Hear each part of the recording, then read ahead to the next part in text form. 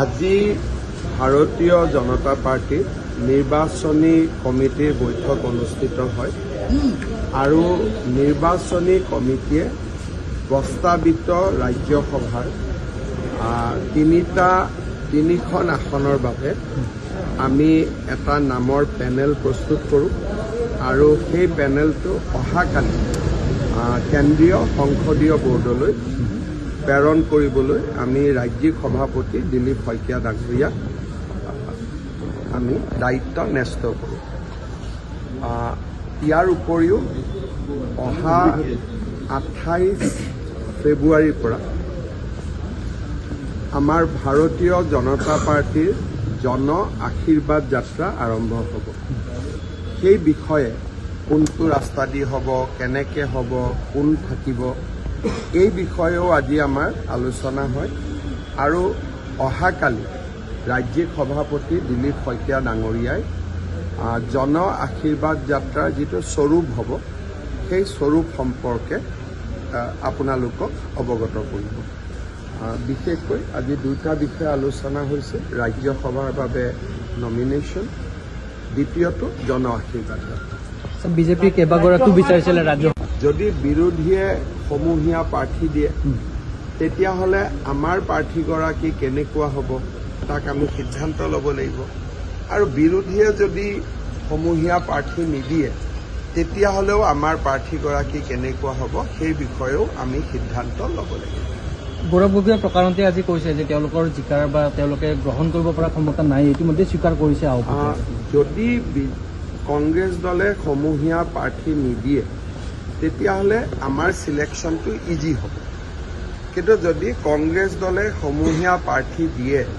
তেতিয়াহ'লে বিজেপিয়ে হয়তো একেবাৰে বিজেপিৰ মানুহ নিদি, কাৰ্যকৰ্তা নিদি, আমিও হয়তো সামাজিক বা অৰাজনৈতিক এনেকুৱা ধৰণৰ কথা চিন্তা কৰিব লাগিব। কিন্তু যদি কংগ্ৰেছ বা UDF দলে যুটীয়াভাৱে প্ৰাৰ্থী নিদিয়ে তেতিয়াহ'লে আমি আমাৰ বিজেপিৰে কাৰ্যকৰ্তাক আমি দিব লাগিব বা আমাৰ সহযোগী দলসমূহৰ ভিতৰত আমি দিব লাগিব। কিন্তু BPFৰ পৰা ৰাজ্যসভাৰ কোনো সদস্য আমাক বিচৰা নাই। আমাৰ 26ৰ নিৰ্বাচনত যিটো ৰায়চুমাৰী বুলি কয়, সেই ৰায়চুমাৰী বা আমি কওঁ হিন্দীত ৰায়চুমাৰী, অসমীয়াত অৰ্থ হ'ল মতামত সংগ্ৰহ কৰা। ইতিমধ্যে আমাৰ সমগ্ৰ ৰাজ্যখনতে মতামত সংগ্ৰহ কৰা হৈ গ'ল। জিলা সভাপতিসকলে ইলেকশ্যন নেখেলাটো আমি বিচাৰোঁ,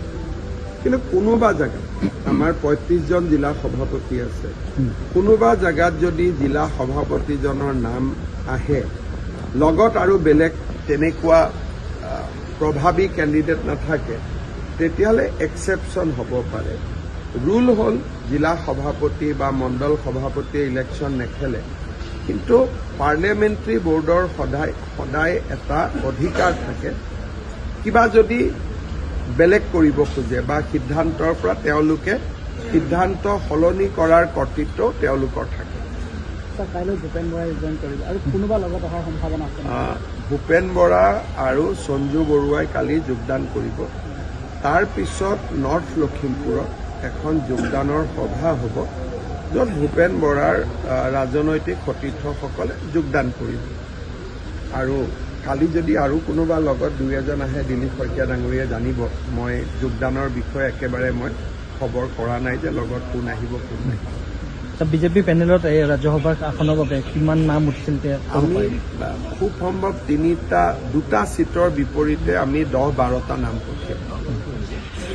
আৰু নামখিনি দিলীপ শইকীয়া ডাঙৰীয়াই ফাইনেলাইজ কৰিব। 28 ফেব্ৰুৱাৰীৰ পৰা আপোনাৰ নামো উৎসাহিত। ৰাজ্যসভাত BPF দলে আসন বিচৰা নাই আৰু BPF দলৰ তেনেকুৱা কোনো প্ৰস্তাৱো নাই। আমি 2খন আসন ভাৰতীয় জনতা পাৰ্টীয়ে প্ৰতিদ্বন্দ্বিতা কৰিব, আনখন আসনতো আমি প্ৰতিদ্বন্দ্বিতা কৰিব বিচাৰোঁ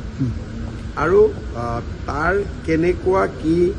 বিধায়কৰ সংখ্যা কেনেকুৱা হ'ব,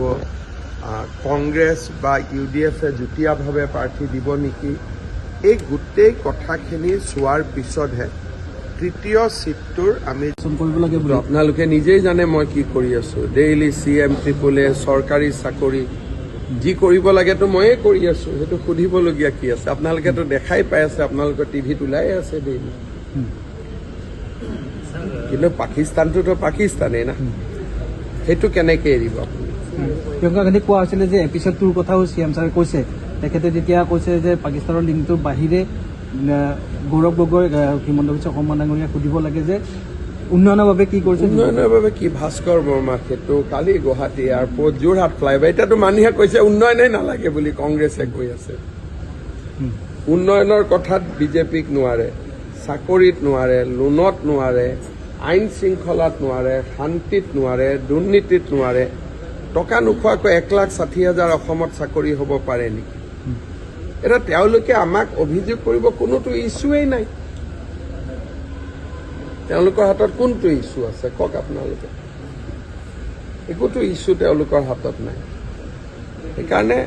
যদি তেওঁলোকে কিবা প্ৰিয়ংকা গান্ধীক ভুল কৰি কয় আপোনালোকে শুদ্ধ কৰি দিব না যে মেডাম কংগ্ৰেছৰ দিনততো 15,000 10,000 চাকৰি হয় তাকো ৰাকেশ পালে পইচা খাই দিয়ে বিজেপিৰ দিনতো এইবোৰ একো হোৱা নাই আপোনালোকেতো মোৰ হৈ উত্তৰটো দিব পাৰে দেখা কথাখিনিতো আপোনালোকেও ক'ব পাৰে নোৱাৰে জানো মই দেখাটো কওক নেদেখাটো নালাগে তো মই ক'ব নাপায় কিন্তু বিৰোধী দলৰ চিটৰ কাজিয়া কিয় হৈ সেই কাজিয়া হৈছে মিয়া মুছলমান থকা চিটকেইটা কোনে তেওঁলোকৰ কাজিয়াৰ কাৰণটো বৰ দুখ লগা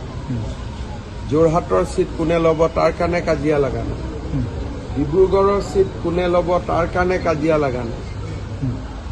তেওঁলোকৰ কাজিয়া লাগিছে দলগাঁও কোনে ল'ব হিং কোনে ল'ব জনিয়া কোনে ল'ব গোৱালপাৰা পূব কোনে ল'ব বীৰসিং জৰুৱা কোনে ল'ব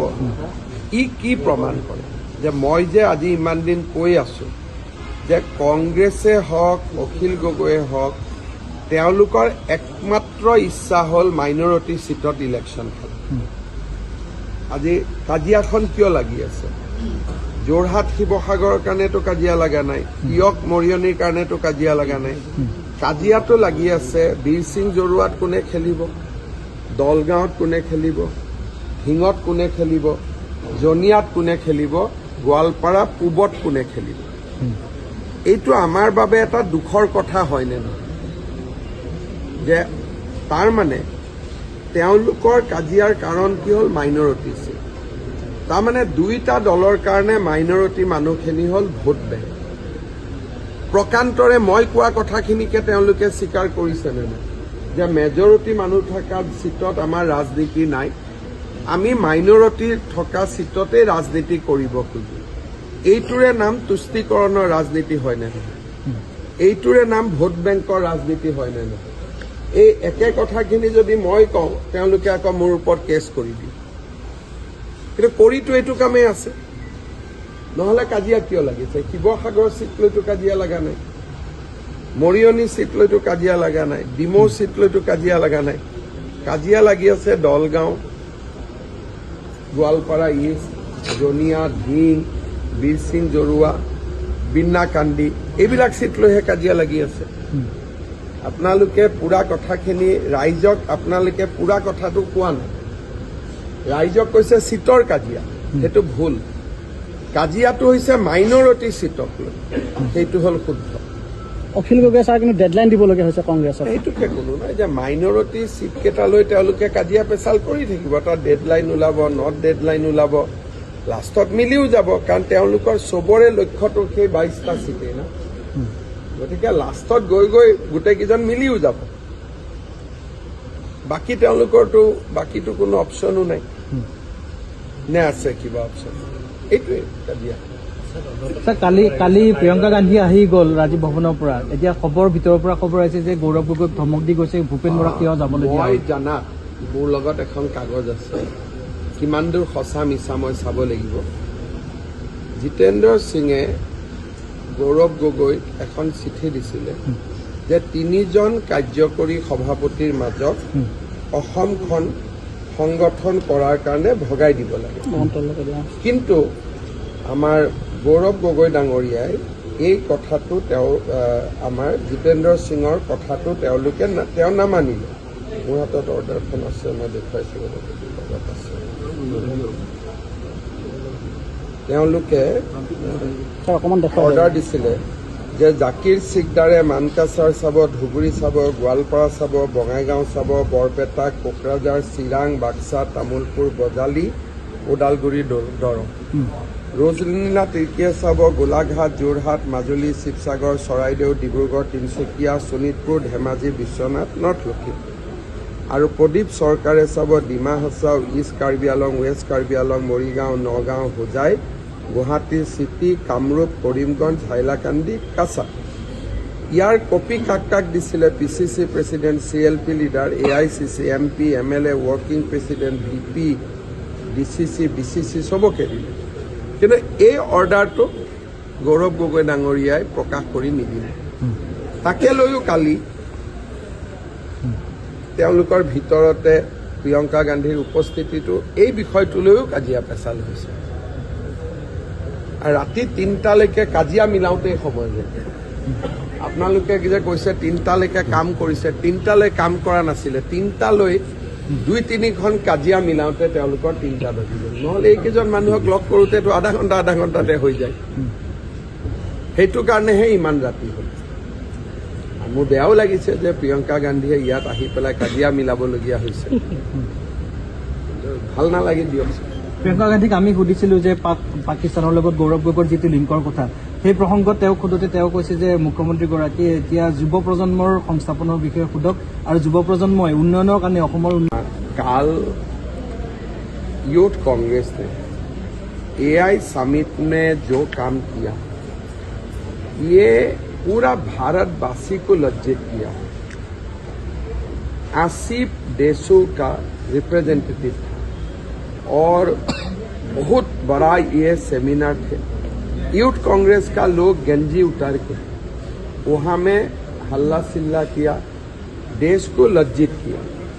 और बाद में ये पता चला कि ये लोगों को राहुल गांधी ने भेजा तो राहुल गांधी का काम क्या है हर मंच में भारत को लज्जित करवाना भारत को नीचे दिखाना भारतवासी ये देख रहा है और इसीलिए भारतवासी कभी राहुल को क्षमा नहीं करते काली आमार नतुन दिल्ली आर्टिफिशियल इंटेलिजेंसर ওপৰত এখন আন্তঃৰাষ্ট্ৰীয় বৈঠক হৈ আছিল 80খন ৰাষ্ট্ৰৰ তাত প্ৰতিনিধি আছিল ৱৰ্ল্ড বেংক গুগল মাইক্ৰ'ছফ্ট সব আছিল তাতে ইউথ কংগ্ৰেছৰ 15-20 জন ল'ৰাই গেঞ্জি খুলি এক প্ৰকাৰ খালী গাৰে এই কনফাৰেন্সখনৰ ভিতৰত প্ৰৱেশ কৰে ভাৰত মণ্ডপত থকা যিবিলাক হাউচিং চাফা কৰে বা সহায় কৰে গোটেই কৰ্মচাৰীবিলাকে তেওঁলোকক ধৰি লয় যে তহঁতি দেশক কিয় বদনাম কৰিব আহিছ কোনে তেওঁলোকক ধৰিলে হাউচিং বা যিবিলাক আমাৰ ৰেষ্টুৰেণ্টত কাম কৰে বা আমাৰ সিকিউৰিটিত কাম কৰে তেওঁলোকে ধৰিলে অৰ্থাৎ আজি আৰ্টিফিচিয়েল ইণ্টেলিজেন্স এটা টান ছাবজেক্ট কিন্তু সাধাৰণ মানুহেও বুজি পায় যে এইটো দেশৰ কাৰণে ইম্পৰ্টেণ্ট কিন্তু যুৱ কংগ্ৰেছে বুজি নাপায় ৰাহুল গান্ধীৰ কামেই হৈছে যে ভাৰতক ৰাষ্ট্ৰীয় আৰু আন্তঃৰাষ্ট্ৰীয় পৰ্যায়ত কেনেকৈ ভাৰতৰ শিৰ তেওঁ নত কৰোৱাব পাৰে ভাৰতক কেনেকৈ লজ্জিত কৰিব পাৰে আমি সমগ্ৰ ঘটনাক গৰিহণা দিছোঁ আৰু ৰাহুল গান্ধীক অনুৰোধ কৰিম যে আপুনি বিজেপিক বিৰোধিতা কৰক কিন্তু আপুনি দেশক বিৰোধিতা নকৰিব ঠিক আছে হ'ব